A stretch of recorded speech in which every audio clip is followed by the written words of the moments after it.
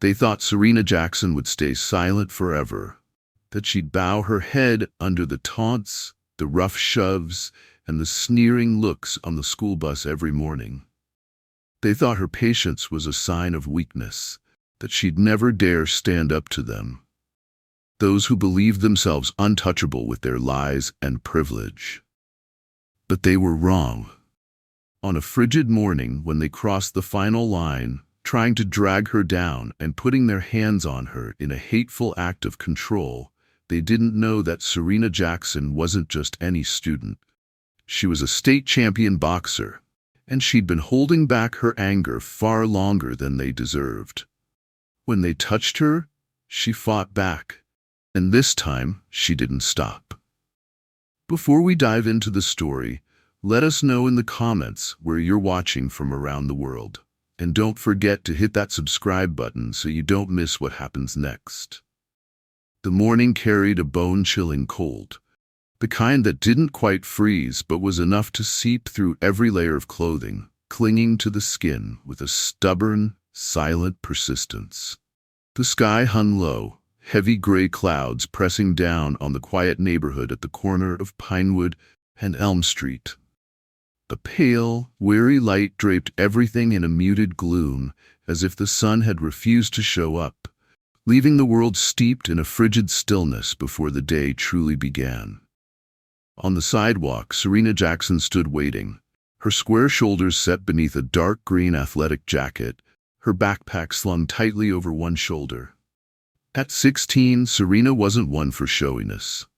Her face was calm, her deep brown eyes staring straight ahead, revealing none of the tension simmering inside her. But if you looked closely, you'd see her hand gripping the strap of her backpack, her fingers brushing lightly over the embroidered words on her jacket. Serena Jackson, 2024 state boxing champion. It was a quiet reminder of who she really was, no matter how many times the kids on that bus had tried to erase it. The school bus appeared at the end of the street, lumbering forward like an old, tired beast, its frame creaking under the weight of dozens of students and the monotony of daily routines. The engine growled, its exhaust spitting out a plume of white smoke that blended into the cold air. Serena took a deep breath, steeling herself.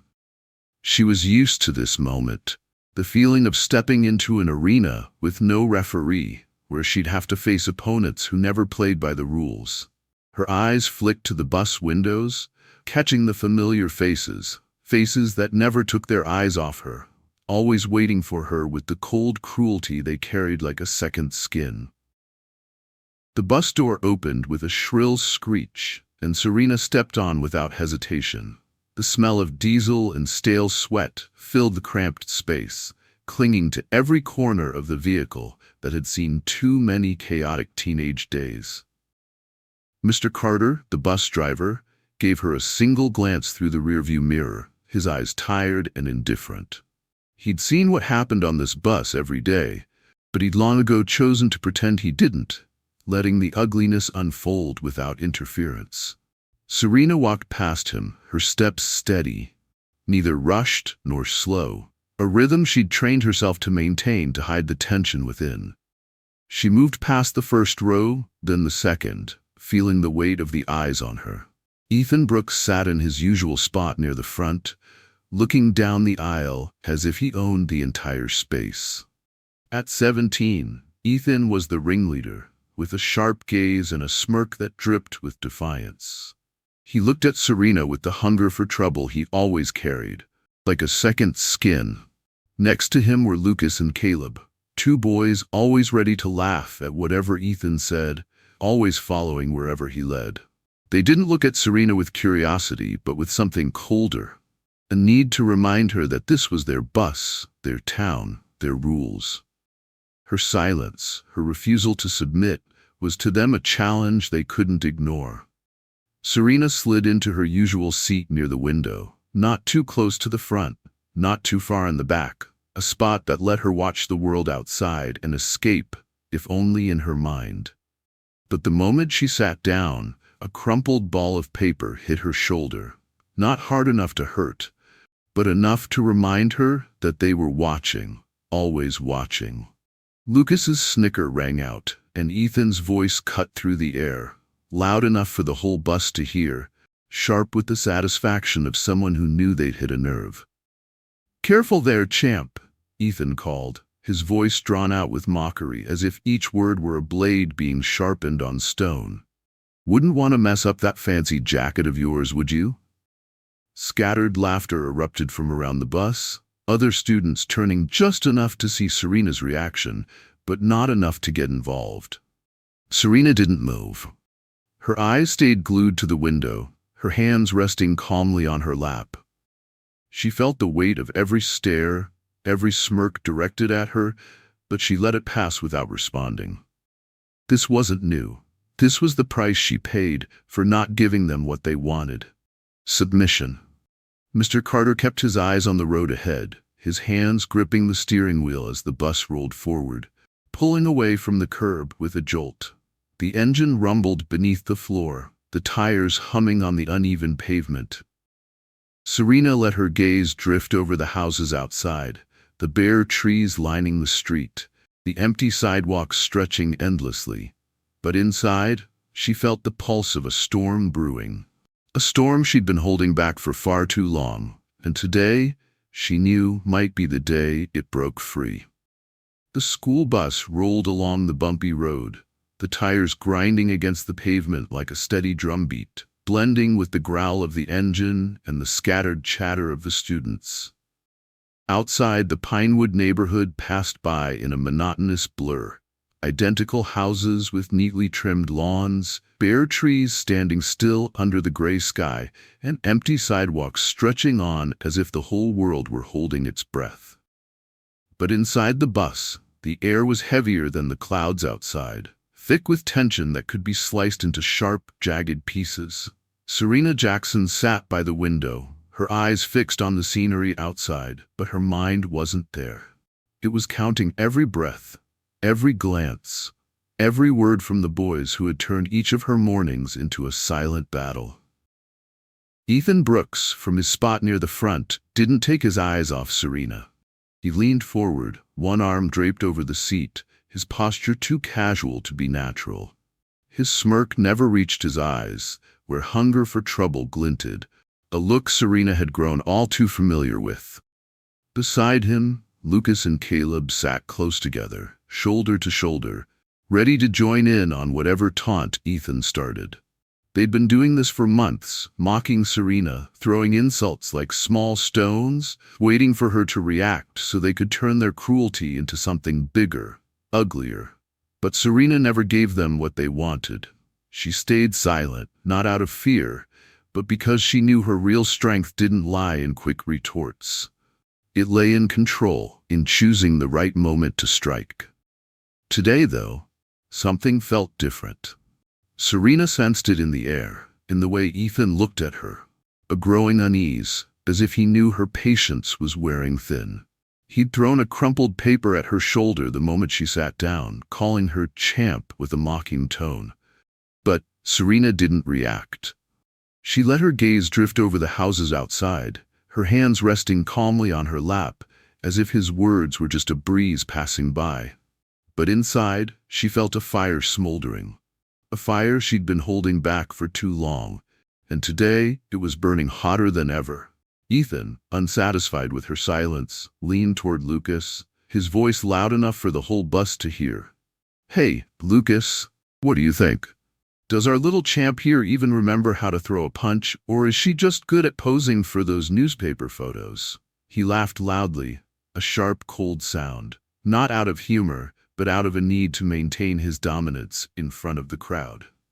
Lucas, always eager to please Ethan, laughed along, though his smile was strained. "Probably forgot," Lucas replied, his tone trying to sound confident. "She's only good at beating up weak girls in the ring, right?" Caleb, not wanting to be left out, chimed in with a smirk. "Yeah, I bet if we challenged her, she'd run away in a heartbeat." He turned to Serena, his eyes full of defiance. "What do you say, Jackson? You got the guts to show us how champion you really are?" Serena didn't turn her head.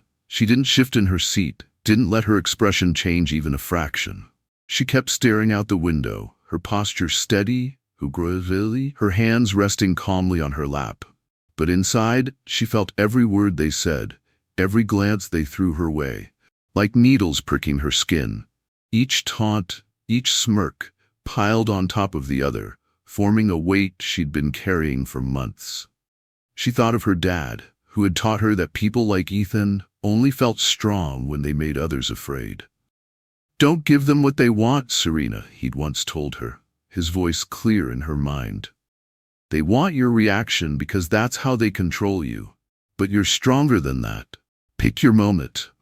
She'd followed his advice day after day, holding her silence like a shield. But today, that shield was cracking. She felt it in every heartbeat, in every breath. She wondered, not for the first time, how much longer she could keep this up before something inside her erupted, not with regret, but with inevitability. Ethan, still not satisfied with her silence, decided to push things further. He bent down, opening his backpack with deliberate slowness, and pulled out an old, crumpled newspaper. He held it up for the whole bus to see. An article about the state boxing championship, with a photo of Serena standing on the podium, a radiant smile on her face as she held her medal. "Look at this," Ethan called out, his voice dripping with mockery. "Our little celebrity here. What do you think, everyone? Should she sign it for us?" He laughed loudly, then tore the paper in half with a sharp sound, before ripping it into smaller pieces, letting them fall to the bus floor like worthless scraps. "Guess not," he said, his tone full of satisfaction. Serena felt something tighten in her chest, not an explosion of anger, but something colder, heavier. She didn't say anything, not because she didn't have the words to respond, but because she knew people like Ethan didn't deserve her words. Her silence wasn't weakness, wasn't surrender. It was a choice. And every day she held that choice.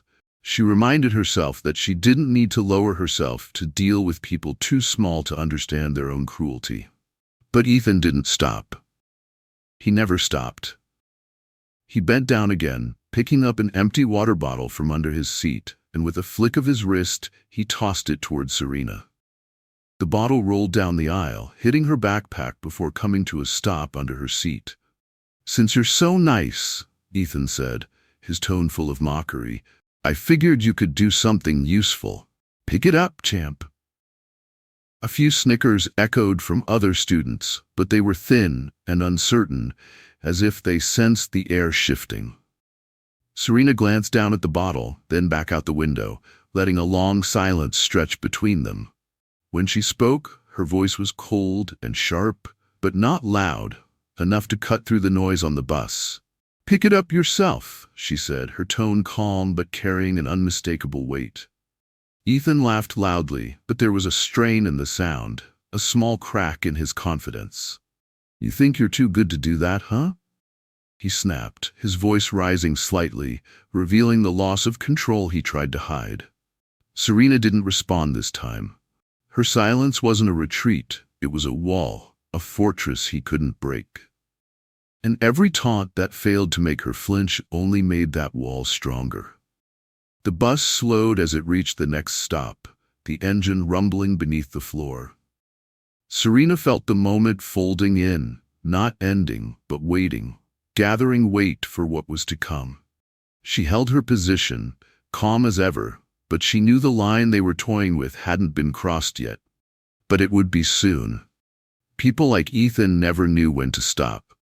The tension on the bus grew thicker, like a guitar string pulled taut to the point of snapping. Ethan, sensing Serena's silence as a challenge, leaned forward, his voice ringing out again, this time colder, more vicious. "You need to know your place, Jackson," he said, each word heavy with unhidden malice. "You don't belong here." Serena turned her head slowly, her gaze calm but unyielding as she looked straight into Ethan's eyes. Her voice came, low but clear, as if she weighed each word before speaking. "My place isn't something you get to decide," she replied, her tone not carrying a hint of anger, just a statement of fact delivered with certainty. Ethan laughed loudly, but a flicker of anger flashed in his eyes. "You talk a big game, Jackson. You think because you can punch a few girls in the ring, you can act like you're better than us?" He stood up, stepping into the aisle, his voice rising, sharper, no longer hiding the bitterness. "You think that cheap medal of yours makes you one of us?" Lucas, emboldened by Ethan's anger, chimed in with a smirk. "No way. She thinks she's above us," he sneered, his eyes scanning Serena as if she were something less than human. "She thinks a few medals make her better than a poor nobody who got lucky." His words landed like a slap in the air, making a few other students on the bus gasp, but no one dared speak up. Serena felt her fingers tighten on the edge of her seat, but she kept her voice steady, each word delivered with perfect control. "Say what you need to feel bigger, Lucas," she replied, her gaze still locked on Ethan. "But you'll always be small." Laughter erupted from Ethan's group, but it was forced as if they were trying to drown out the tension rising around them. Caleb, not wanting to be left out, nudged Lucas in the ribs and added, "She talks tough, but all she's good for is sitting in the back, right where she belongs." Ethan narrowed his eyes, his smile turning colder. "That's right, Jackson. You think you're better? Prove it." He spread his arms wide, gesturing to the aisle of the bus. "Because from where I'm standing, you're just a broke little girl pretending she belongs here." Serena took a deep breath, her heartbeat slowing, her calm becoming sharper than ever. She stood up, slowly, each movement deliberate, her shoulders squared, her gaze never leaving Ethan. "I belong anywhere I choose to stand," she said, her voice loud enough to echo through the bus, strong enough to silence every whisper. Lucas laughed loudly, but there was an unease in the sound. "Then stand in the back," he growled, his tone more strained than before, his confidence thinning. "You gonna walk there yourself? Or do we have to drag you?" Serena narrowed her eyes, her voice sharp but still calm. "You gonna drag me, Lucas?" she asked, her tone challenging but not raised. "Or are you just gonna bark all day?" Her words were like a spark igniting a powder keg. Lucas, his pride wounded, lunged out of his seat, chest puffed out, shoulders squared. "I'll do more than drag you," he snarled, his hand reaching for the strap of Serena's backpack with unhidden aggression. "I'll put you in your place." The moment his hand touched the strap, time seemed to slow, the air on the bus growing suffocating. Serena spoke, her voice ice-cold without a hint of hesitation. "Get your hand off me," she said, her gaze locked on Lucas, leaving no room for jest. But Lucas, caught up in his own anger, pulled harder. "Or what?" he taunted, though there was a tremble in his voice, a flicker of doubt growing. Serena didn't answer with words. She acted. Her hand shot up like lightning, grabbing Lucas's wrist with a force that made him freeze in place. The confidence on his face melted away, replaced by panic as he tried to yank his hand free but couldn't. "Or you'll see what I've been holding back," Serena replied, her voice cold, her gaze never leaving him, a final warning. Caleb, seeing his friend pinned, lunged forward, trying to grab Serena's other arm. But she was faster. With a fluid motion, she twisted Lucas's wrist, stepped into his space, and used his own weight to shove him backward into the seat behind him. He crashed down with a loud thud, his body slamming into the metal edge of the seat, his face contorted in pain and humiliation. "You think numbers will change the outcome?" Serena asked, her voice now carrying a controlled fire, not panic, as she turned to Caleb. She caught his arm mid-air, twisted her body, and with a swift motion swept his legs out from under him, sending him crashing down next to Lucas, gasping, dazed. The entire bus erupted in gasps and wide-eyed stares from the other students who had just witnessed an undeniable truth. Serena Jackson was not someone to mess with. Ethan, caught between anger and fear, roared from his seat.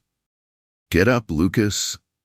Don't just sit there like a coward," he shouted, his voice high-pitched, revealing the panic he couldn't hide. Lucas tried to stand, his hand trembling as he braced himself against the seat, but his confidence was gone, replaced by the panicked look of someone who knew he'd lost. Serena turned to Ethan, her stance unshakable, her presence filling the space between them. "Come here yourself," she said, her voice echoing through the stunned silence of the bus. "If you're brave enough." Ethan opened his mouth, but no words came out. He stood there, his gaze wavering, his confidence crumbling before Serena's unyielding strength. For a long moment, the entire bus seemed to hold its breath, as if the weight of what had just happened pinned everyone to their seats. Lucas, still sprawled on the seat, panted, his face flushed with shame. Caleb tried to stand, but his eyes were wild as if he'd just woken up in a nightmare he couldn't escape. Ethan, finally finding his voice, roared, but it cracked with fear. "You're done, Jackson," he snarled, but the tremble in his voice betrayed the fear he couldn't hide. Serena stepped closer, her movements unhurried, not violent, but with the certainty of someone who had never doubted her own strength. "You were done the moment you thought you could touch me," she replied, each word like a dagger sinking into Ethan's pride. Caleb, driven more by humiliation than courage, lunged again, growling with desperation in every move. He swung his arm, but Serena was ready. She stepped into him with the precision of a boxer, catching his arm mid-air, twisting her body, and delivering a punch to his stomach with just enough force to double him over, the air rushing out of his lungs. "You don't get to decide when this ends," she said coldly, before letting him collapse onto the seat, gasping, unable to fight back. Lucas, pulling himself up, his face red with anger, roared from behind. "She thinks she's a queen or something," he shouted, charging at Serena with the recklessness of someone with nothing left to lose. But Serena spun around, dodging his charge with ease, letting his own momentum carry him past her. She grabbed his shoulder, yanked him back, and with a quick punch to his chest, sent him crashing down the aisle, his back slamming hard into the edge of a seat, the impact ringing out like a small explosion. "You need more than weight to move me," Serena said, her voice not loud, but each word sharper than any shout could be. Ethan, watching his two friends get taken down, stood up. His face contorted with rage, his mask of control completely shattered. "Take her down, both of you," he screamed, his voice high-pitched, revealing the panic he couldn't hide. "She's just a filthy girl." Lucas, blood trickling from the corner of his mouth, wiped it away with the back of his hand, growling through the pain. "You don't belong here," he snarled, his voice trembling with anger. "Go back to your slum." But Serena didn't respond with words, she acted. As Lucas charged again, she spun, using his own strength to throw him down with a perfect hip toss, sending him crashing face first to the floor, the air forced out of his chest. Caleb, in one last desperate attempt to salvage some pride, lunged forward, teeth gritted. But Serena stopped him mid-stride, locking his arm under hers, and with a quick twist, sent him crashing down on top of Lucas, both of them collapsing in a tangled heap, too battered to keep going. Gasps echoed through the bus, a mix of shock and fear spreading through every student. Ethan, watching his friends get taken down, seemed to shrink, his confidence evaporating, leaving behind a small, pathetic figure before Serena's unshakable strength. "You think this is over?" he snarled, but his voice cracked with fear. Serena stepped closer, her movements deliberate, her voice smooth as silk but sharp as steel. "I know it's over," she replied, low and final, "and you know it too." But before Ethan could muster another weak insult, Mr. Carter's panicked voice cut through the air like a thunderclap. "Enough," he shouted, his hands trembling on the steering wheel as he jerked the bus to a stop on the side of the road, the whole vehicle shuddering. "Enough." The brakes screeched, startling the students, the bus lurching under the sudden stop. Mr. Carter stood up from the driver's seat, his tall frame awkward with panic, his eyes darting between Serena and the mess Ethan, Lucas, and Caleb had become. "What the hell is going on here?" he yelled, his voice shaking, as if he just realized he'd let things go too far. Ethan, seizing the opportunity, pointed at Serena, his voice cracking with panic. "She attacked us," he shouted, trying to regain some control. "She's crazy." Lucas, still panting, tried to back up the lie. "Yeah, Mr. Carter, we didn't even touch her," he gasped, his voice weak. Serena didn't take her eyes off Ethan, her voice calm, steady, unwavering. "They touched me first," she said, each word heavy as stone. "They always do." Her words hung in the heavy silence, and though Mr. Carter looked between them with suspicion in his eyes, he didn't say anything more. He turned back to the driver's seat, muttering, "The principal will handle this."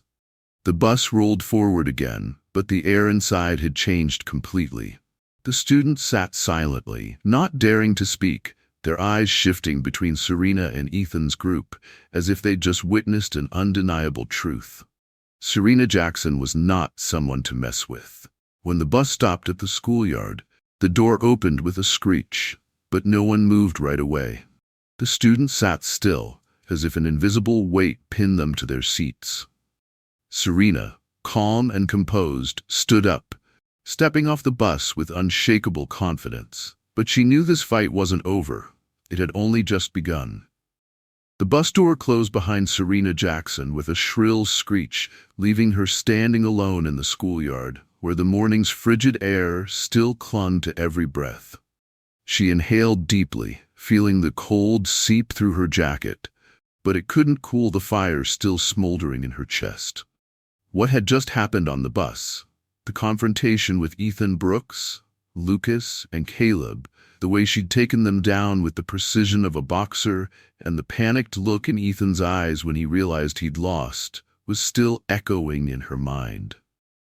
But Serena knew that a small victory was just the beginning. People like Ethan never gave up easily, and she'd seen the look in his eyes when Mr. Carter, the bus driver, ordered the group to the principal's office. It wasn't the look of someone accepting defeat, it was the look of someone plotting revenge. The schoolyard was quiet, with only a few students trickling off other buses, their eyes glancing at Serena with a mix of curiosity and caution. Word spread fast, and she knew that before the first bell rang, the story of what happened on the bus would be buzzing through the hallways like wildfire. But Serena didn't care about the whispers. She walked forward, her shoulders squared, her gaze focused, each step ringing out on the concrete like a steady drumbeat. She didn't rush, didn't look back, but she felt the weight of the eyes following her, not with the mockery she was used to, but with a wary respect tinged with fear. Mr. Carter led the way, his tall frame awkward in his worn driver's uniform. He didn't say a word, just motioned for Serena and Ethan's group to follow. Ethan walked ahead, trying to maintain an air of confidence, but the tension in his shoulders, the way he clenched his fists, betrayed his unease. Lucas and Caleb trailed behind, their faces still flushed with shame and pain, their eyes avoiding Serena. They whispered to each other, their voices low but angry, and Serena didn't need to hear to know they were trying to craft a story to pin the blame on her. She'd seen this before. People like them always found a way to twist the truth to protect themselves. The principal's office was at the end of the main hallway, a wide room with frosted glass doors and bulletin boards plastered with notices.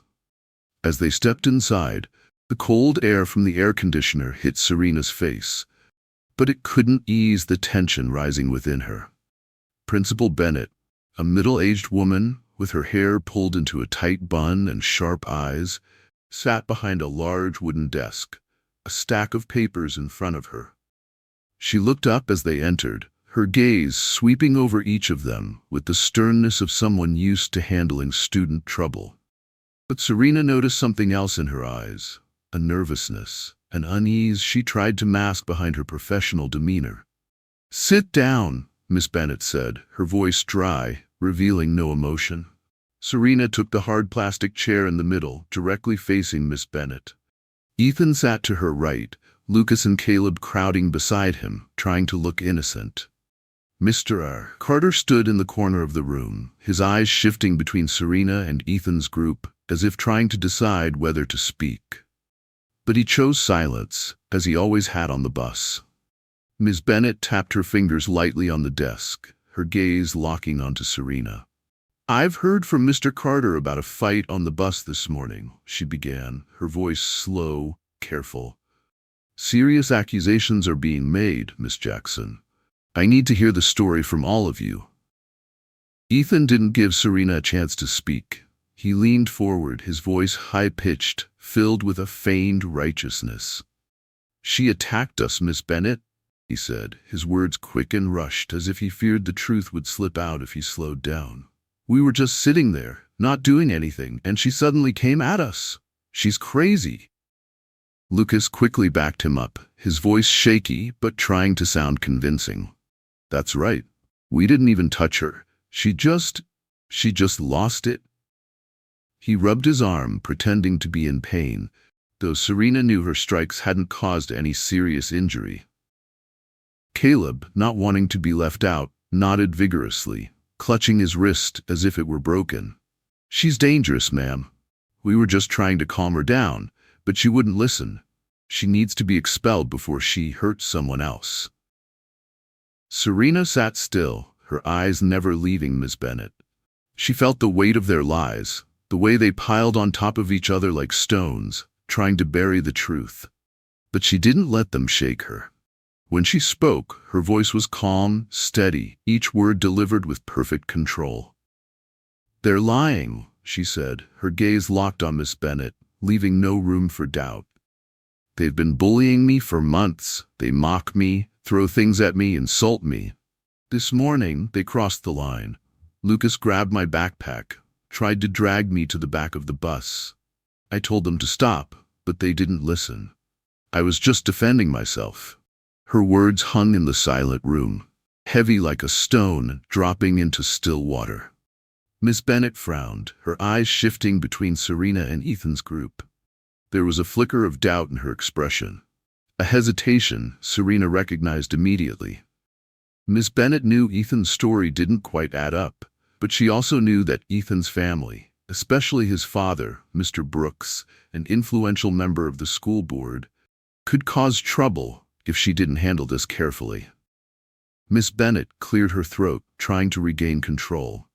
"Miss Jackson, these are very serious accusations," she said, her voice taking on the neutral tone of someone more afraid of consequences than seeking justice.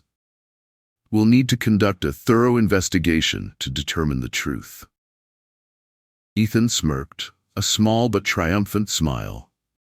"That's fine, ma'am," he said, his voice lower, more confident. "But she can't be here while you investigate. She's dangerous. We're not safe." Serena felt a cold anger rise in her chest, but she kept her voice steady. "They think if they talk loud enough, you'll believe them," she said, her eyes never leaving Miss Bennet. "But the truth doesn't change just because they're scared of it." Miss Bennet sighed, her gaze drifting to the papers on her desk as if they could provide the answers she was looking for. "Until we complete the investigation," she said, her voice falling into the bureaucratic rhythm Serena had heard too many times, "Miss Jackson will be temporarily suspended, effective immediately." Her words hit Serena like a punch to the gut, not because they were unexpected, but because of the familiarity of the injustice.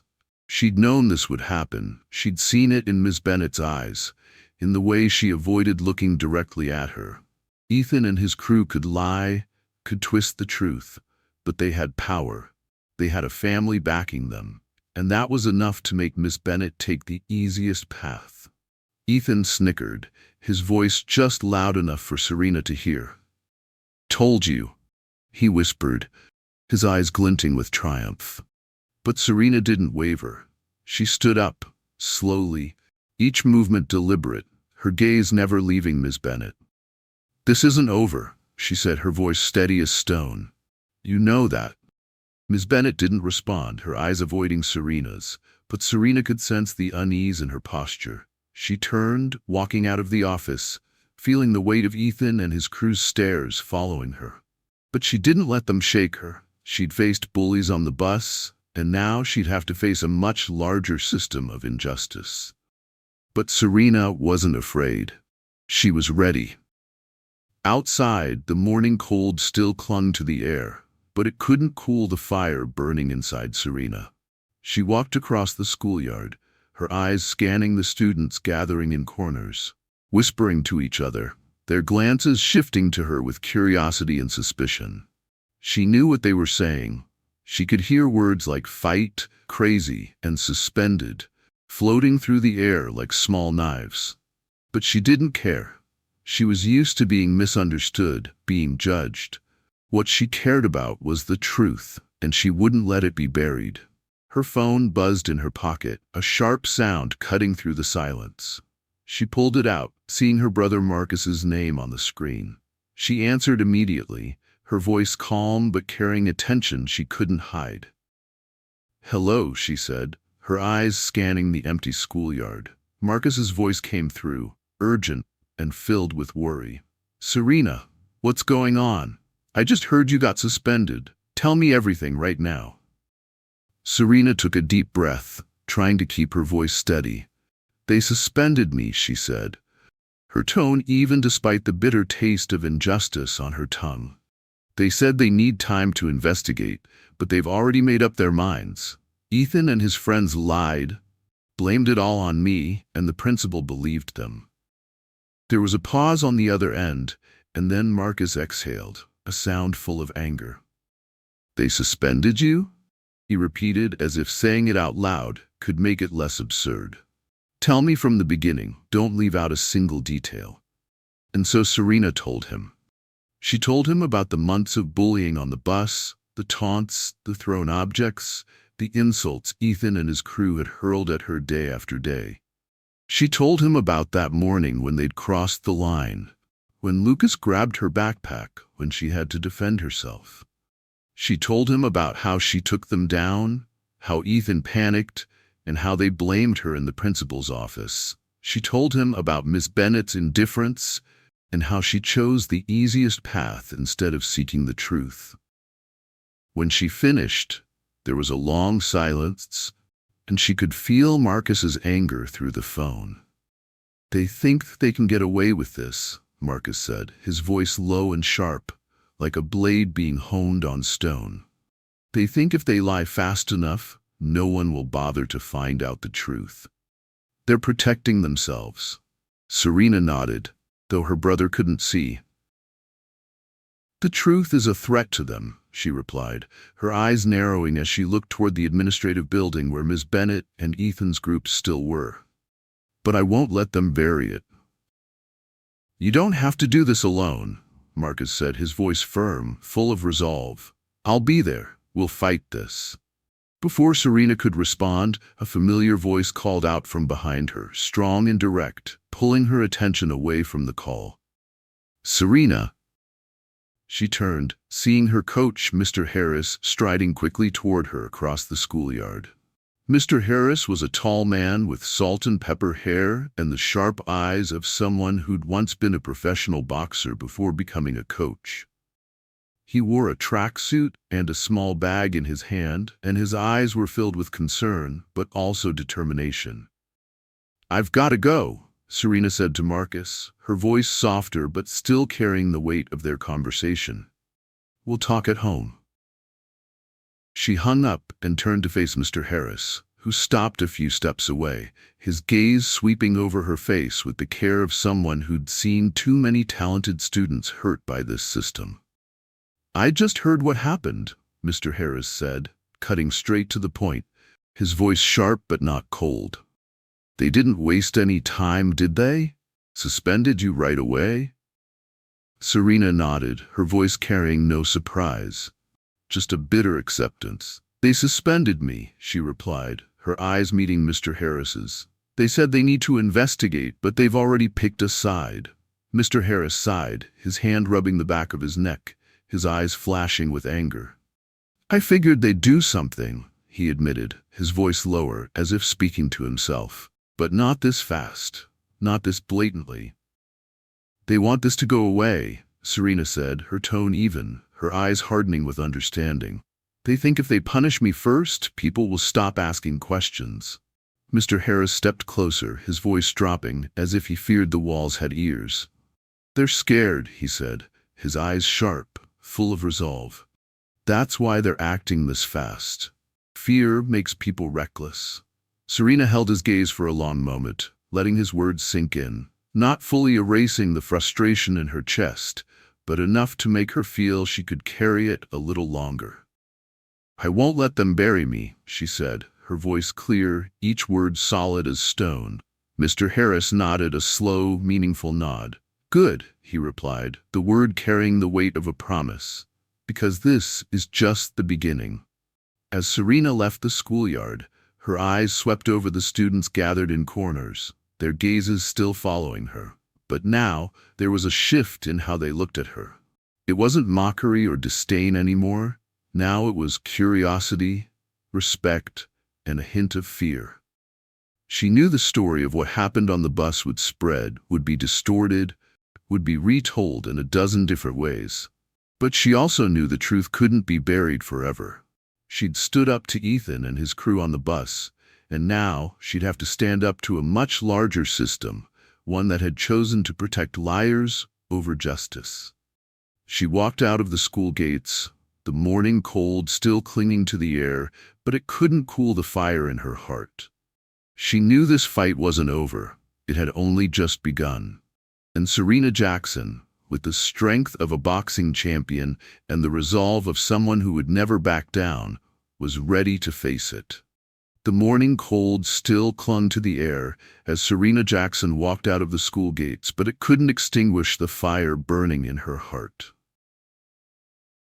The temporary suspension from Principal Bennett still echoed in her mind, not as a defeat, but as a bitter reminder of the injustice she'd faced.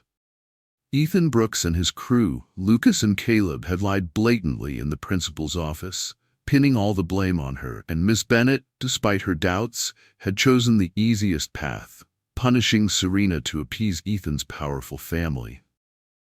But Serena didn't crumble. She'd stood up to bullies on the bus, and now she would stand up to a much larger system, one that had chosen to protect liars over justice. She walked along the sidewalk, her shoulders squared, her gaze focused, each step ringing out on the pavement with a steady rhythm. Her phone buzzed incessantly in her pocket. Messages from friends, teammates on the boxing team, and even people she didn't expect. Other students on the bus, those who'd seen the truth but hadn't dared to speak up. She didn't respond right away. She needed time to think, to plan. She knew this fight wasn't just about proving her innocence. It was about ensuring that people like Ethan couldn't keep hurting others without consequences. When Serena reached her home, a small but cozy house on the corner of Elm Street, she saw her brother Marcus standing at the front door. His eyes filled with worry but also determination. Marcus, 22, was a law student with short hair and a tall, lean frame, but his eyes always carried the sharpness of someone who never gave up. He'd heard the whole story over the phone, and now he was waiting for her, ready to act. "Come in," Marcus said, his voice low but firm, as he opened the door for Serena. "We need to talk." Inside, the warmth of the house was a stark contrast to the cold outside. The smell of freshly brewed coffee wafted from the kitchen, and on the dining table, a laptop was already open, the screen displaying a social media page Serena recognized immediately. Marcus sat down, motioning for Serena to sit across from him. "I've been looking into some things while waiting for you," he said, his eyes scanning the screen. "Your story's spreading, Serena, but not in the way you'd want." Serena frowned, a sense of unease rising in her chest. "What do you mean?" she asked, her voice steady but carrying a tension she couldn't hide. Marcus turned the laptop toward her, and Serena felt her blood run cold as she saw what was on the screen. A social media post shared hundreds of times with the headline, "Crazed Student Attacks Classmates on School Bus." The post included a blurry photo of Serena, taken from an angle that made her look aggressive, her eyes sharp as she faced Ethan on the bus. Below the post were dozens of comments, some from people Serena didn't even know, but all carrying the same tone. Who does she think she is? She's dangerous, needs to be expelled now. What a violent girl. Serena clenched her fists, the weight of injustice pressing down on her like a boulder. They're lying, she said, her voice low but sharp, her eyes not leaving the screen. They're twisting everything. Marcus nodded, his eyes flashing with anger. I know, he replied, his voice carrying a controlled calm. This is their tactic. They want to shape the narrative before the truth has a chance to come out. But they forgot one thing. The truth always finds a way. Serena looked at her brother, her eyes narrowing with determination. So what do we do now? She asked, her voice free of fear, only readiness to face the challenge. Marcus smiled a small but meaningful smile. We find proof, he said, his voice firm, leaving no room for doubt. And I think I know where to start. At the same time, at the boxing gym where Serena had spent countless hours training, Coach Harris sat in his small office, his eyes focused on an old phone on the desk. Harris had been coaching Serena since she was 13, and he knew her strength, not just in the ring, but in her unyielding spirit. When he heard about the suspension, a cold anger had risen in his chest, but he knew anger wasn't enough. He needed to act. Harris picked up the phone, dialing a number for an old friend who worked in the school's administration. Hey, Tom, he said when the other man answered, his voice low but sharp. I need a favor. The school buses have security cameras, right? On the other end, Tom, a middle-aged man with a slow drawl, responded with a hint of hesitation. Yeah, they do, he said, his voice carrying a caution Harris recognized immediately. But I'm not sure I can help, Harris. If this is about the fight this morning, things are pretty tense. The school board doesn't want any more trouble. Harris gripped the phone tighter, his eyes flashing with determination. I don't care what the board wants, he replied, his voice icy. One of my students is being framed, and I'm not letting them bury her. I need that footage, Tom. She was just defending herself. There was a long pause on the other end, then Tom sighed, a sound full of exhaustion. I'll see what I can do, he said, his voice lower as if he feared someone might overhear. But I'm not promising anything, Harris. If that footage shows something the board doesn't want to see, they'll do everything they can to keep it quiet. Harris nodded, though Tom couldn't see. Just get me the footage, he said, his voice leaving no room for refusal. I'll handle the rest. A few hours later, Serena and Marcus sat in the living room, the laptop still open in front of them, but now they weren't looking at the slanderous posts anymore. They were waiting, their eyes shifting between Marcus's phone and the front door, where Coach Harris had promised to arrive. When the doorbell rang, Serena stood up quickly, her heart beating faster, not out of fear, but out of hope. Harris stepped inside, his tall frame filling the doorway, his eyes alight with a determination Serena recognized immediately. He held a small USB drive in his hand, holding it up with a small smile. I've got what we need, he said, his voice low, but carrying an unmistakable weight. Marcus stood up, his eyes flashing with excitement. The footage from the bus? He asked, his voice urgent but controlled. Harris nodded, stepping into the room and plugging the USB into the laptop. Tom got it for me, he said, his eyes glancing at Serena with a quiet pride. They didn't want me to have it, but I didn't give them a choice. As the video began to play, all three fell silent, their eyes glued to the screen. The footage from the bus's security camera appeared, slightly grainy but clear enough to see everything. Serena sat by the window, her gaze focused outside, while Ethan, Lucas, and Caleb relentlessly provoked her. The video captured every moment, Ethan tearing up the newspaper article about Serena's victory, throwing the water bottle at her, and the insults they hurled at her, each word ringing out clearly through the laptop speakers. Then the climax. Lucas grabs Serena's backpack, trying to drag her to the back of the bus, and Caleb lunging to assist. Serena reacted like lightning, taking down both with the precision of a boxer, while Ethan just stood there, shouting from a distance, too scared to come closer. When the video ended, there was a long silence in the room, not out of doubt, but from the weight of the truth that had just been revealed. Marcus was the first to speak, his voice low but full of resolve. "This is everything we need," he said, his eyes glinting with a hint of victory. "They can't deny this."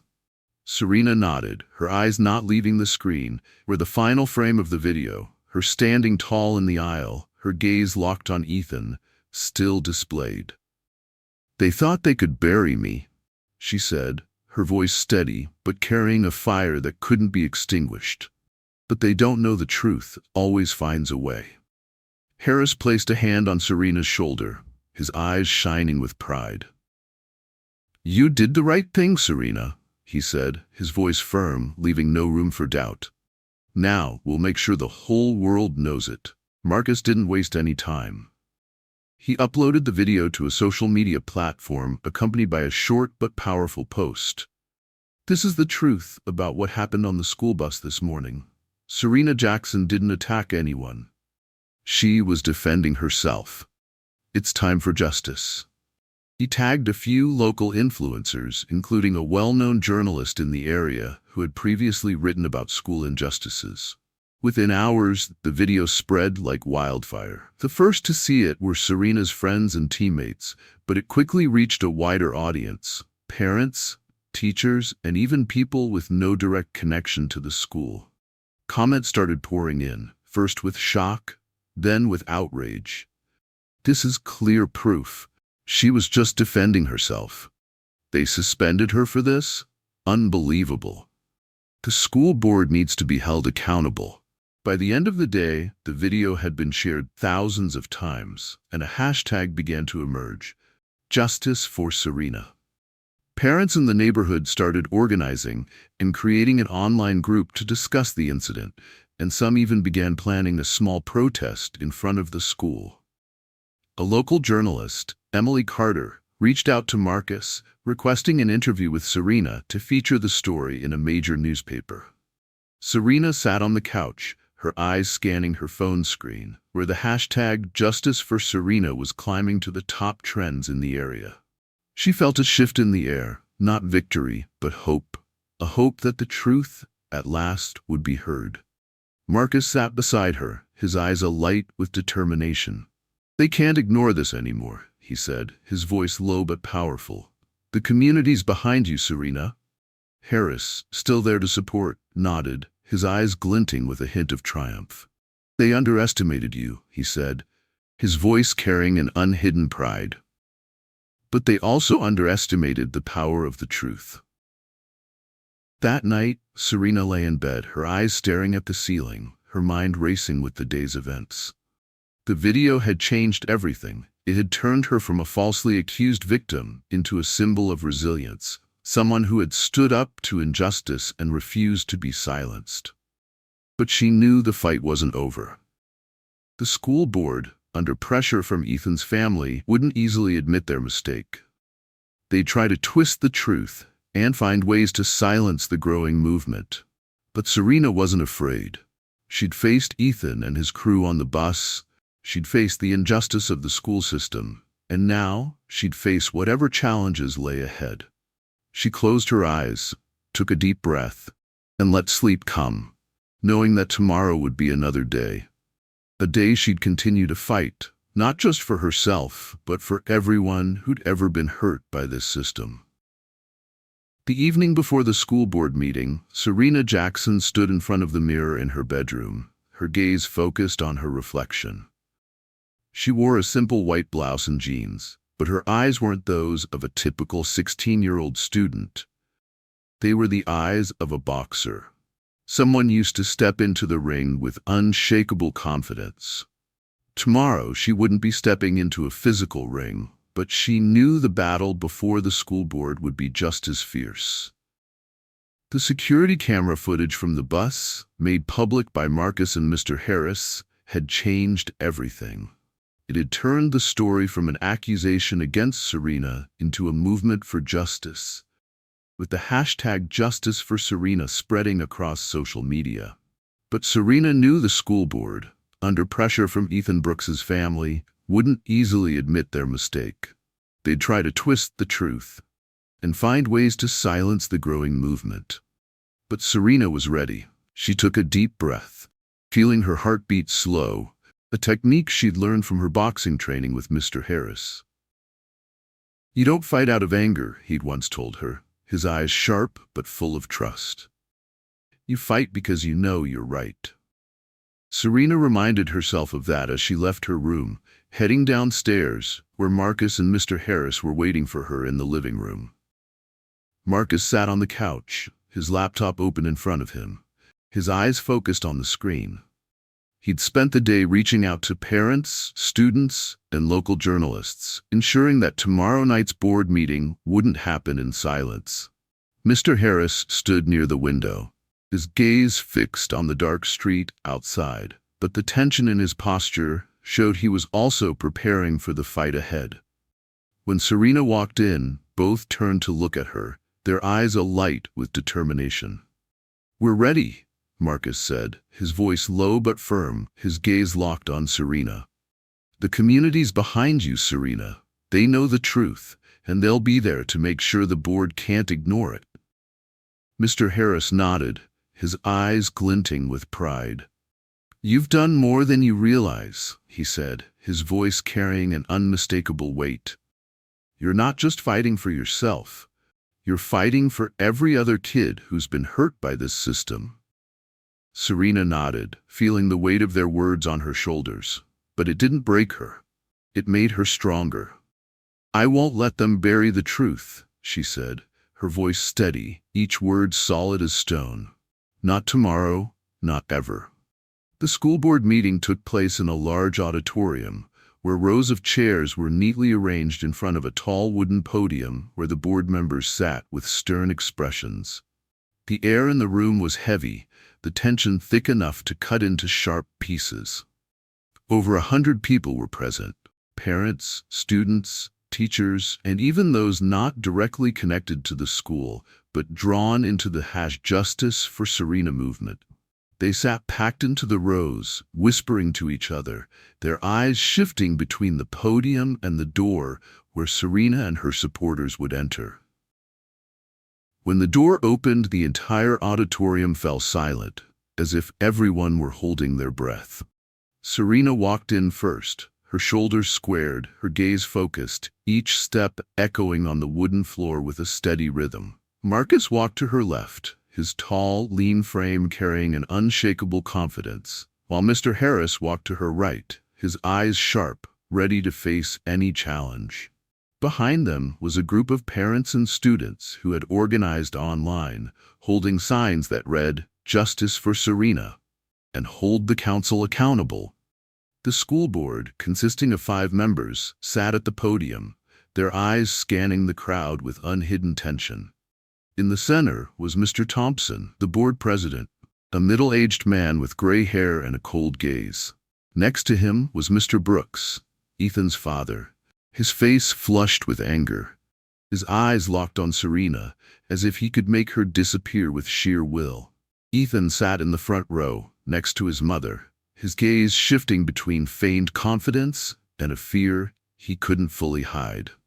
Lucas and Caleb sat beside him, their eyes avoiding Serena, their faces still bearing the marks of shame from the bus confrontation. Mr. Thompson banged the gavel, his voice ringing out through the microphone, dry and bureaucratic. "Tonight's meeting will address the allegations regarding an incident on a school bus," he began, his eyes sweeping over the crowd. "We will hear from the involved parties and make a decision based on the evidence presented." Serena sat in the front row, her eyes never leaving the podium, but she felt the weight of Ethan and his father's stares. She knew they'd do everything to protect him, even if it meant twisting the truth again. But she also felt the support from those around her, the whispers of encouragement, the hopeful glances, and the presence of Marcus and Mr. Harris beside her. Mr. Brooks stood up first, his tall frame dominating the space in front of the podium. He wore an expensive suit, but his face was red with anger. His eyes locked on Serena with unhidden hatred. "Members of the board," he began, his voice loud and authoritative, "my son, Ethan, and his friends were attacked without provocation by Serena Jackson. She is a danger to the safety of students at this school, and a temporary suspension is not enough. She needs to be expelled immediately." There were a few murmurs from the crowd, but they were quickly drowned out by boos from Serena's supporters. A parent stood up, her voice ringing out through the auditorium. "That's a lie," she shouted, pointing at Mr. Brooks. "We've seen the video. Your son is the bully, not Serena." Mr. Thompson banged the gavel, his voice rising, trying to regain control. "Silence," he shouted, his eyes scanning the crowd with tension. "We will review all evidence fairly." Marcus stood up, his tall, lean frame carrying an unshakable confidence. He held a USB drive in his hand, his gaze locked on Mr. Thompson. "Members of the board," he began, his voice low but sharp, echoing through the auditorium. "We have evidence, a video from the bus's security camera, showing exactly what happened. Serena didn't attack anyone. She was defending herself after being bullied and assaulted by Ethan, Brooks, Lucas, and Caleb." Mr. Brooks scoffed, his voice ringing out with mockery. "That video could have been edited," he said, his eyes scanning Marcus with contempt. "We can't trust something posted online by people with personal motives." A wave of outrage swept through the crowd, the boos growing louder, and Mr. Thompson had to bang the gavel repeatedly to restore order. But Marcus didn't waver. He stepped up to the podium, plugged the USB into the projector, and the video began to play. The footage appearing on the large screen behind the board. The entire auditorium fell silent, every eye glued to the screen. The video captured every moment. Ethan tearing up the newspaper article about Serena's victory, throwing the water bottle at her, and the insults they hurled at her. Then the climax. Lucas grabbed Serena's strength. The evening before the school board meeting, Serena Jackson stood in front of the mirror in her bedroom, her gaze locked on her reflection. She wore a simple white blouse and jeans, but her eyes weren't those of a typical 16-year-old student. They were the eyes of a boxer, someone accustomed to stepping into the ring with unshakable confidence. Tomorrow, she wouldn't be entering a physical ring, but she knew the battle before the school board would be just as intense. The security camera footage from the bus, made public by Marcus and Mr. Harris, had changed everything. It had transformed the narrative from an accusation against Serena into a movement for justice, with the hashtag #JusticeForSerena spreading across social media. But Serena knew the school board, under pressure from Ethan Brooks' family, wouldn't easily admit their mistake. They'd try to twist the truth and find ways to silence the growing movement. But Serena was ready. She took a deep breath, feeling her heartbeat slow, a technique she'd learned from her boxing training with Mr. Harris. "You don't fight out of anger," he'd once told her, his eyes sharp but full of trust. "You fight because you know you're right."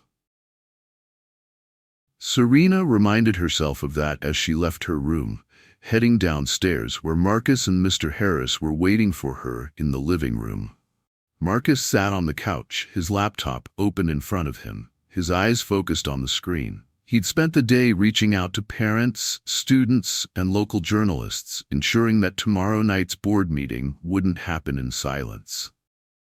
Mr. Harris stood near the window, his gaze fixed on the dark street outside, but the tension in his posture showed he was also preparing for the fight ahead. When Serena walked in, both turned to look at her, their eyes alight with determination. "We're ready," Marcus said, his voice low but firm, his gaze locked on Serena. "The community's behind you, Serena.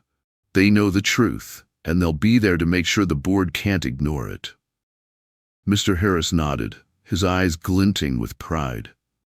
"You've done more than you realize," he said, his voice carrying an unmistakable weight.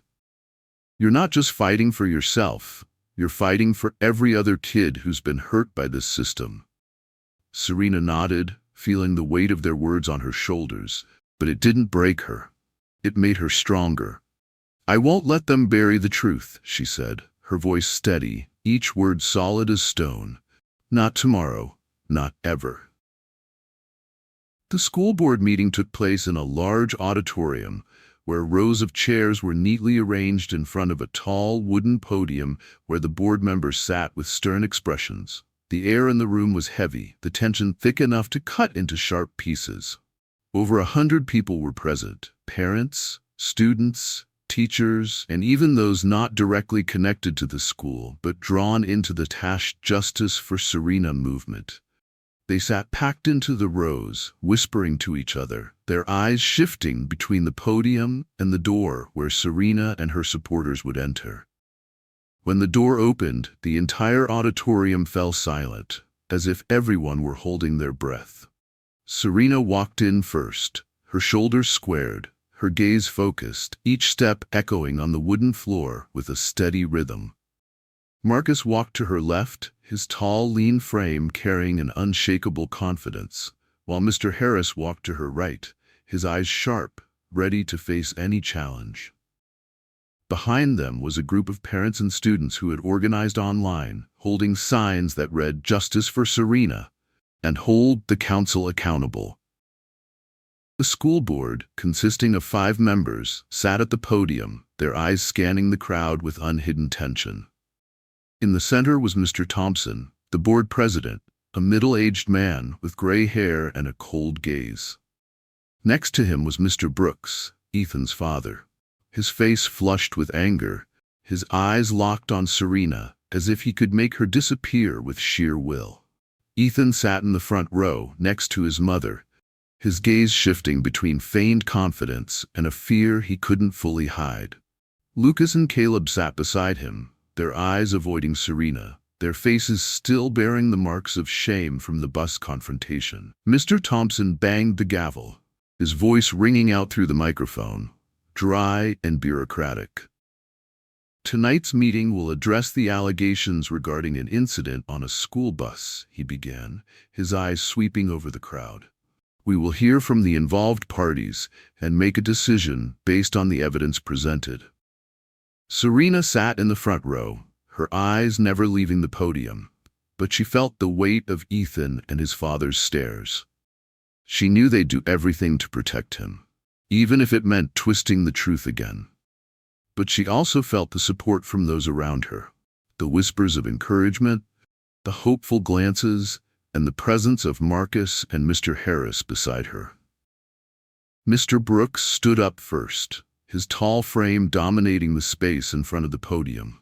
He wore an expensive suit, but his face was red with anger, his eyes locked on Serena with unhidden hatred.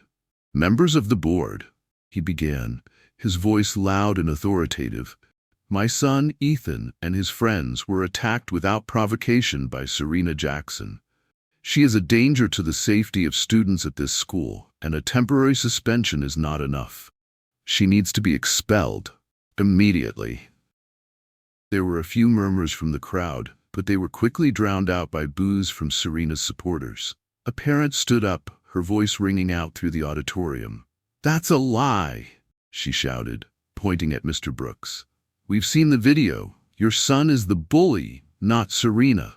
Mr. Thompson banged the gavel, his voice rising, trying to regain control. "Silence," he shouted, his eyes scanning the crowd with tension. "We will review all evidence fairly." Marcus stood up, his tall, lean frame carrying an unshakable confidence. He held a USB drive in his hand, his gaze locked on Mr. Thompson. "Members of the board," he began, his voice low but sharp, echoing through the auditorium. "We have evidence, a video from the bus's security camera showing exactly what happened. Serena didn't attack anyone. She was defending herself after being bullied and assaulted by Ethan Brooks, Lucas, and Caleb." "Mr. Remina," Brooks scoffed, his voice ringing out with mockery. "That video could have been edited," he said, his eyes scanning Marcus with contempt. "We can't trust something posted online by people with personal motives." A wave of outrage swept through the crowd, the boos growing louder, and Mr. Thompson had to bang the gavel repeatedly to restore order. But Marcus didn't waver. He stepped up to the podium, plugged the USB into the projector, and the video began to play. The footage appearing on the large screen behind the board. The entire auditorium fell silent, every eye glued to the screen. The video captured every moment. Ethan tearing up the newspaper article about Serena's victory, throwing the water bottle at her, and the insults they hurled at her. Then the climax. Lucas grabbing Serena's knee. The evening before the school board meeting, Serena Jackson stood in front of the mirror in her bedroom, her gaze locked on her reflection. She wore a simple white blouse and jeans, but her eyes weren't those of a typical 16-year-old student. They were the eyes of a boxer, someone accustomed to stepping into the ring with unshakable confidence. Tomorrow she wouldn't be entering a physical ring, but she knew the battle before the school board would be just as intense. The security camera footage from the bus, made public by Marcus and Mr. Harris, had changed everything. It had transformed the narrative from an accusation against Serena into a movement for justice, with the hashtag #JusticeForSerena spreading across social media. But Serena knew the school board, under pressure from Ethan Brooks' family, wouldn't easily admit their mistake. They'd try to twist the truth, find ways to silence the growing movement. But Serena was ready. She took a deep breath, feeling her heartbeat slow, a technique she'd learned from her boxing training with Mr. Harris. "You don't fight out of anger," he'd once told her, his eyes sharp but full of trust. "You fight because you know you're right." Serena reminded herself of that as she left her room, heading downstairs, where Marcus and Mr. Harris were waiting for her in the living room. Marcus sat on the couch, his laptop open in front of him, his eyes focused on the screen. He'd spent the day reaching out to parents, students, and local journalists, ensuring that tomorrow night's board meeting wouldn't happen in silence. Mr. Harris stood near the window, his gaze fixed on the dark street outside, but the tension in his posture showed he was also preparing for the fight ahead. When Serena walked in, both turned to look at her, their eyes alight with determination. "We're ready," Marcus said, his voice low but firm, his gaze locked on Serena. "The community's behind you, Serena. They know the truth, and they'll be there to make sure the board can't ignore it." Mr. Harris nodded, his eyes glinting with pride. "You've done more than you realize," he said, his voice carrying an unmistakable weight. "You're not just fighting for yourself, you're fighting for every other kid who's been hurt by this system." Serena nodded, feeling the weight of their words on her shoulders, but it didn't break her, it made her stronger. "I won't let them bury the truth," she said, her voice steady, each word solid as stone. "Not tomorrow, not ever." The school board meeting took place in a large auditorium, where rows of chairs were neatly arranged in front of a tall wooden podium, where the board members sat with stern expressions. The air in the room was heavy, the tension thick enough to cut into sharp pieces. Over 100 people were present, parents, students, teachers, and even those not directly connected to the school, but drawn into the #Justice for Serena movement. They sat packed into the rows, whispering to each other, their eyes shifting between the podium and the door where Serena and her supporters would enter. When the door opened, the entire auditorium fell silent, as if everyone were holding their breath. Serena walked in first, her shoulders squared, her gaze focused, each step echoing on the wooden floor with a steady rhythm. Marcus walked to her left, his tall, lean frame carrying an unshakable confidence, while Mr. Harris walked to her right, his eyes sharp, ready to face any challenge. Behind them was a group of parents and students who had organized online, holding signs that read, "Justice for Serena," and "Hold the council accountable." The school board, consisting of 5 members, sat at the podium, their eyes scanning the crowd with unhidden tension. In the center was Mr. Thompson, the board president, a middle-aged man with gray hair and a cold gaze. Next to him was Mr. Brooks, Ethan's father, his face flushed with anger, his eyes locked on Serena as if he could make her disappear with sheer will. Ethan sat in the front row, next to his mother, his gaze shifting between feigned confidence and a fear he couldn't fully hide. Lucas and Caleb sat beside him, their eyes avoiding Serena, their faces still bearing the marks of shame from the bus confrontation. Mr. Thompson banged the gavel, his voice ringing out through the microphone, dry and bureaucratic. "Tonight's meeting will address the allegations regarding an incident on a school bus," he began, his eyes sweeping over the crowd. "We will hear from the involved parties and make a decision based on the evidence presented." Serena sat in the front row, her eyes never leaving the podium, but she felt the weight of Ethan and his father's stares. She knew they'd do everything to protect him, even if it meant twisting the truth again. But she also felt the support from those around her, the whispers of encouragement, the hopeful glances, and the presence of Marcus and Mr. Harris beside her. Mr. Brooks stood up first, his tall frame dominating the space in front of the podium. He wore an expensive suit, but his face was red with anger, his eyes locked on Serena with unhidden hatred. "Members of the board," he began, his voice loud and authoritative, "my son, Ethan, and his friends were attacked without provocation by Serena Jackson. She is a danger to the safety of students at this school, and a temporary suspension is not enough. She needs to be expelled immediately." There were a few murmurs from the crowd, but they were quickly drowned out by boos from Serena's supporters. A parent stood up, her voice ringing out through the auditorium.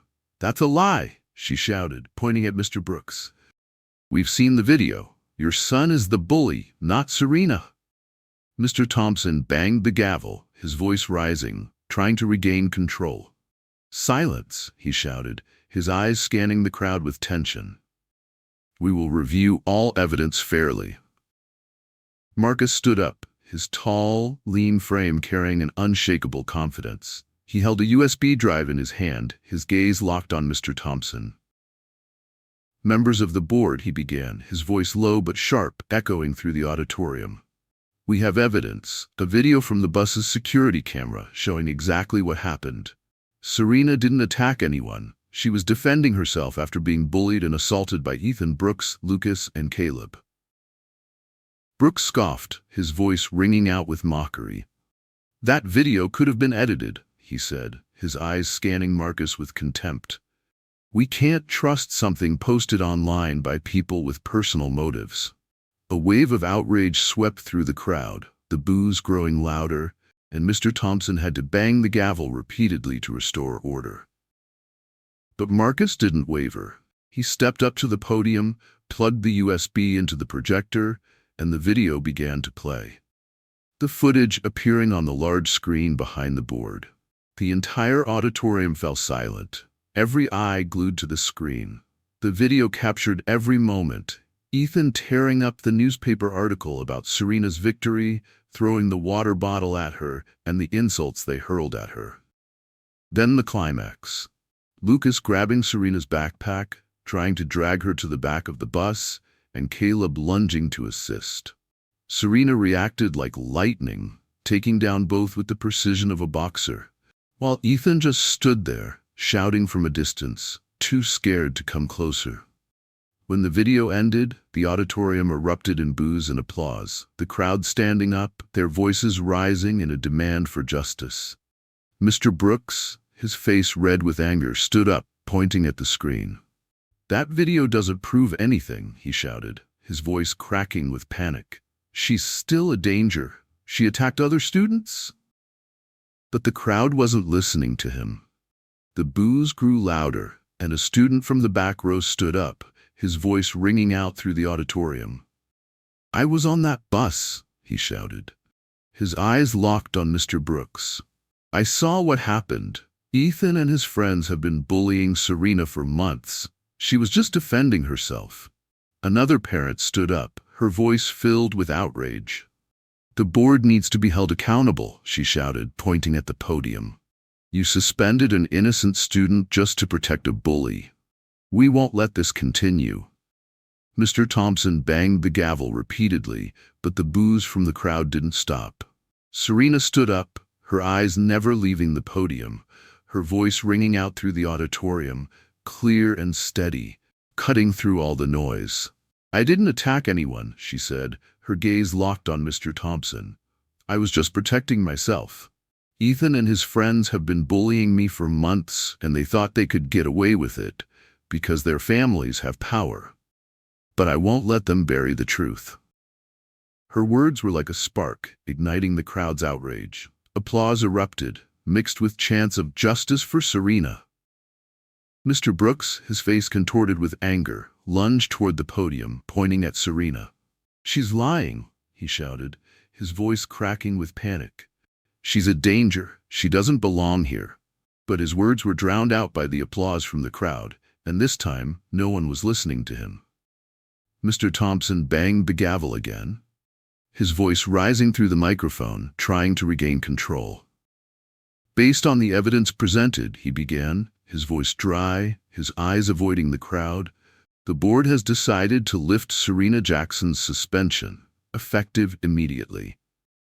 The auditorium exploded in applause, the crowd standing up, their voices ringing out with victory. Serena felt a weight lift off her shoulders. Not a complete victory, but a major step forward. Marcus placed a hand on her shoulder, his eyes shining with pride. "You did it," he said, his voice low but filled with emotion. Mr. Harris, standing on her other side, nodded, his eyes glinting with triumph. "I told you," he said, his voice carrying an unhidden pride. "They can't bury the truth." But Mr. Thompson wasn't done. He banged the gavel again, his voice ringing out through the microphone, trying to regain control.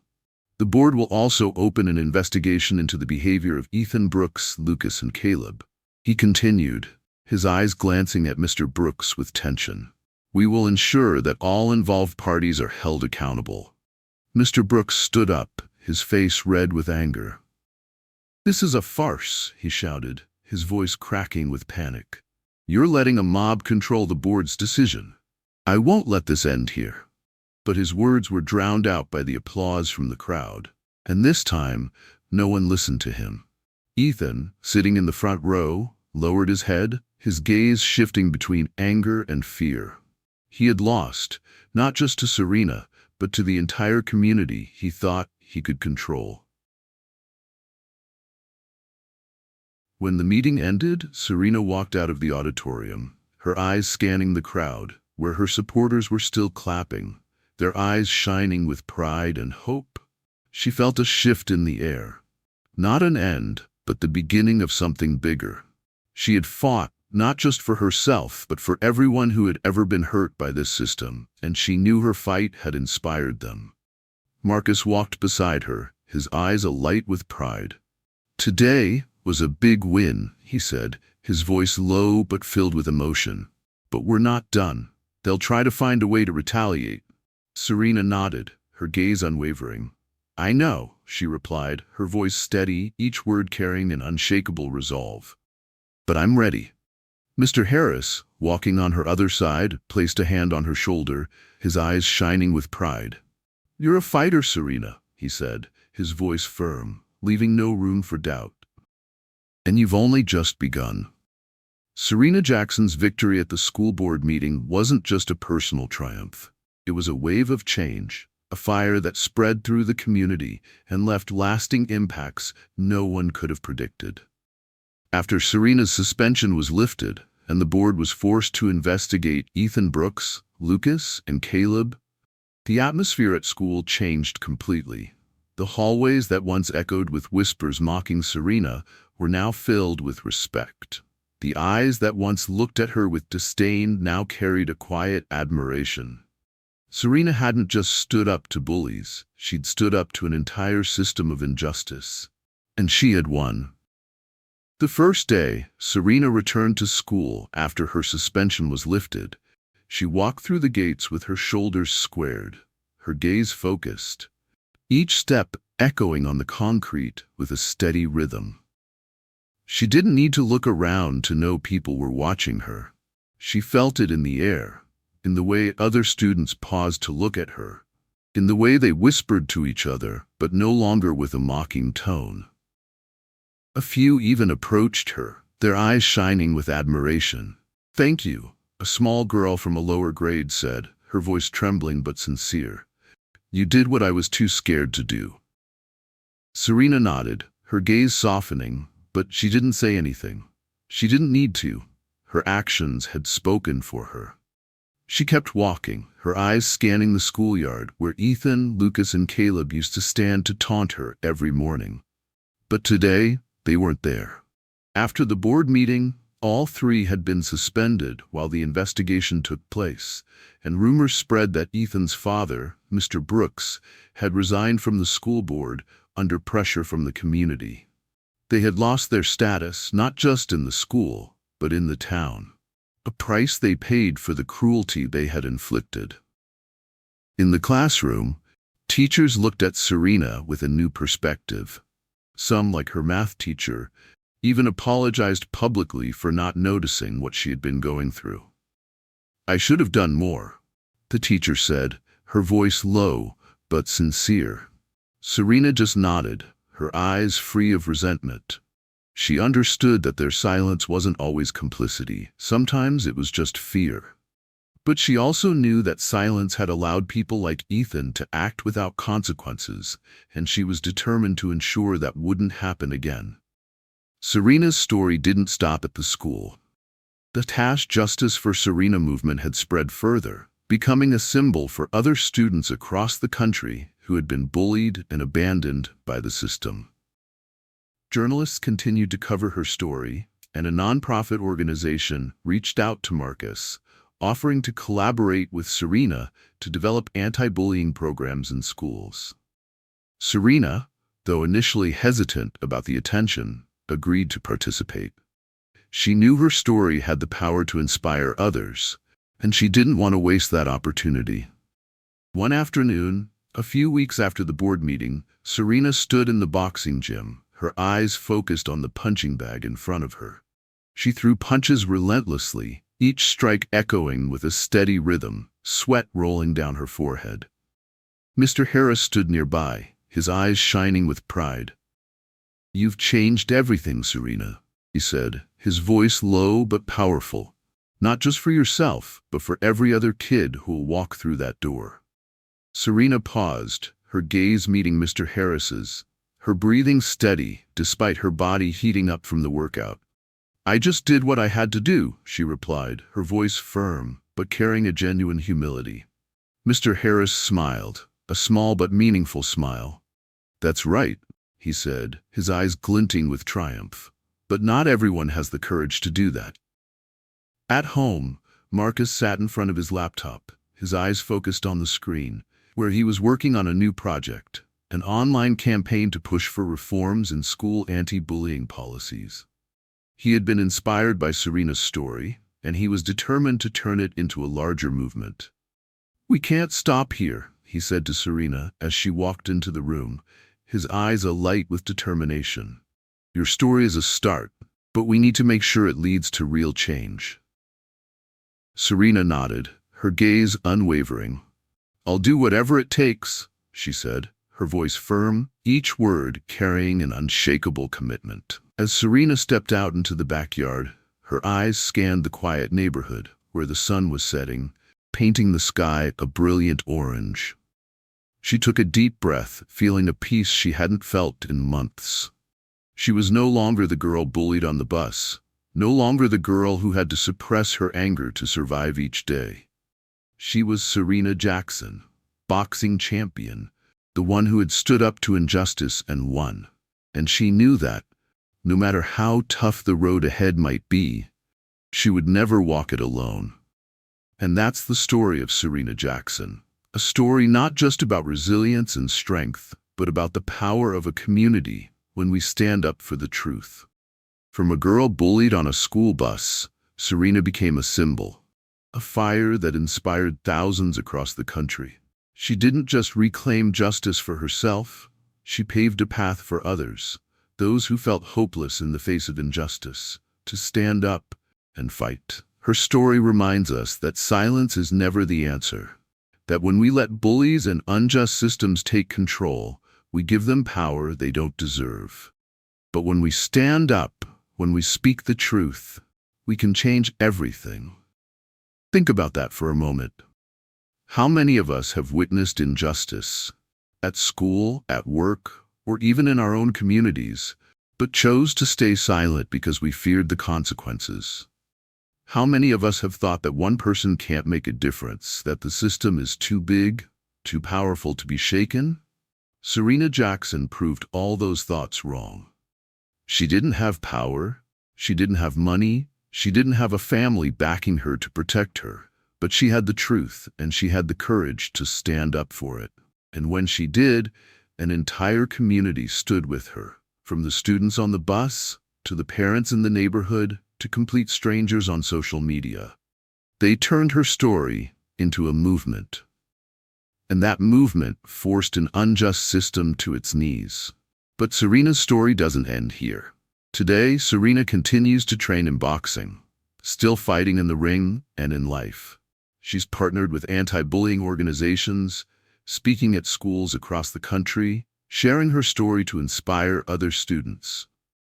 She's helped build programs to protect kids like she once was, kids who felt alone, abandoned, with no one to stand up for them.